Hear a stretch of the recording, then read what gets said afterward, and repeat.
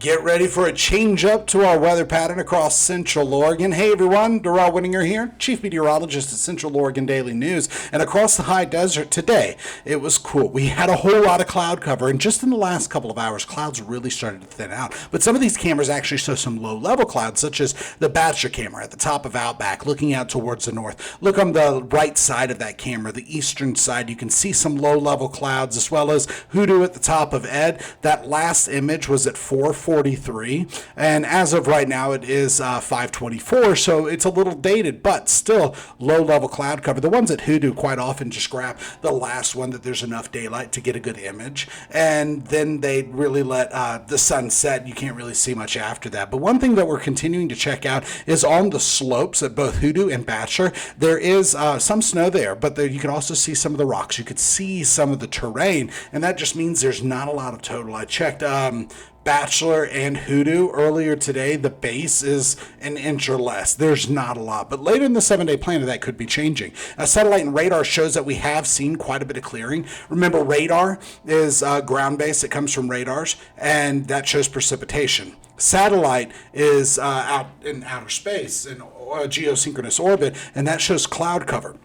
Now, this one specific graphic has a blend of visible and infrared. So as the sun is setting, we don't get as much visible and we're mostly stuck with infrared. But really, we've seen a lot of clearing. There's a little bit of low-level moisture left out there, and that could mean some areas of fog tonight. But our next system is a little further off towards, if you look over my head right there, you can see that out over the Pacific Ocean. That's going to be a warm front. And we're looking at a 1-2 punch with warm fronts and a cold front Thursday night. After that, some in and out clouds late Thursday going into Friday, but then Friday night we start to see the impacts of our next system. That actually brings a decent chance of snow to the Cascades. So we're currently looking at infrared satellite imagery. The white lines are pressure, and it's important with pressure because when you see these isobars, the constant lines of pressure or equal lines of pressure, when they're slightly tacked, we call that a steep gradient. Where you have a steep gradient, you have strong winds, and they're usually going following the circulation around a low pressure system. So in this case, south to north. Now, over Central Oregon,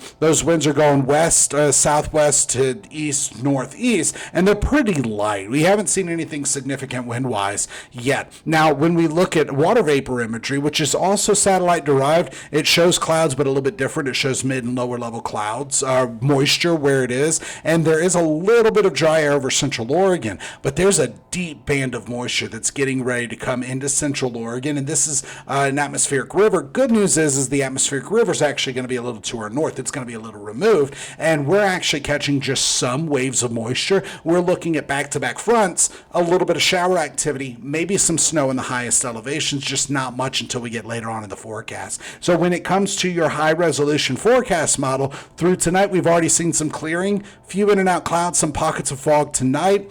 By tomorrow, increasing clouds start early. By the afternoon, some sprinkles possible. Most of this precipitation is going to be in the highest elevations through the Cascades, through the Ochocos, through the Badlands, and then a warm front pushes through, and that warm front raises snow levels, brings some clearing by Wednesday night, and it just continues to pump a little bit more moisture into our region. And then altogether, our relative humidity right now is moderate to high in some locations. Sister's already at 80% relative humidity. When we start to see that between 90 and 100%, that's when we're looking at the potential of fog that's developing. Now, when it comes to high temperatures in the last 24 hours, we've been in the 40s with a few 50s. Currently, we're in the 30s with a few 20s and 40s out there. Some of us either near or below freezing already, running between 4 and 16 degrees colder than it was 24 hours ago. So we've already had a big dip in temperatures. Tonight, it's going to be cold. Tomorrow, we're talking 40s. And for the most part, we're not really expecting too much in the way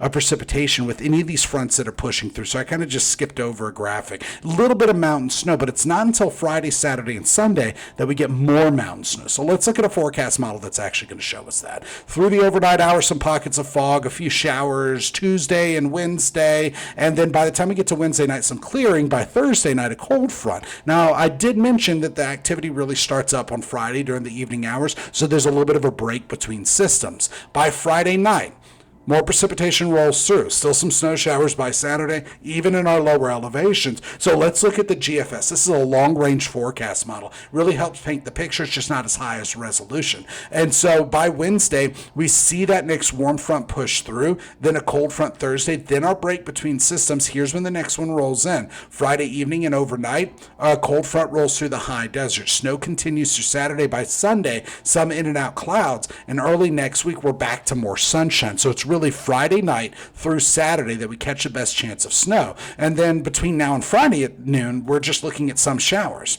Once this really starts to pick up some activity, we'll start to see snow accumulations mostly in the Cascades, some light totals, 1 to maybe 3 or 4 inches in the lower elevations. Those higher totals are higher elevations. So winds at the moment are at a light breeze, both gusts and speed. And tonight, we're not expecting that to change much, not even through the day tomorrow. And then by Wednesday, we're just getting breezy at times, both Tuesday night and Wednesday. And for tonight, we're talking 20s with a few teens and a couple of 30s out there. Tuesday, we're looking at 40s with a few 50s. And here is that 7-day planner. Through Thanksgiving, we're in an unsettled pattern. Some sprinkles, maybe some flurries in the highest elevations. It's Friday and Saturday that things really pick up. So a quick recap of your headlines for Monday, November the 24th. Cold and frosty tonight. A midweek pattern shift going from unsettled to active in a bigger system Friday and Saturday. There will be breaks between systems, but we could actually see some snow in the Cascades. That's the latest in weather. Join us tonight on Central Oregon Daily News with the latest headlines and your most reliable forecast. See you then.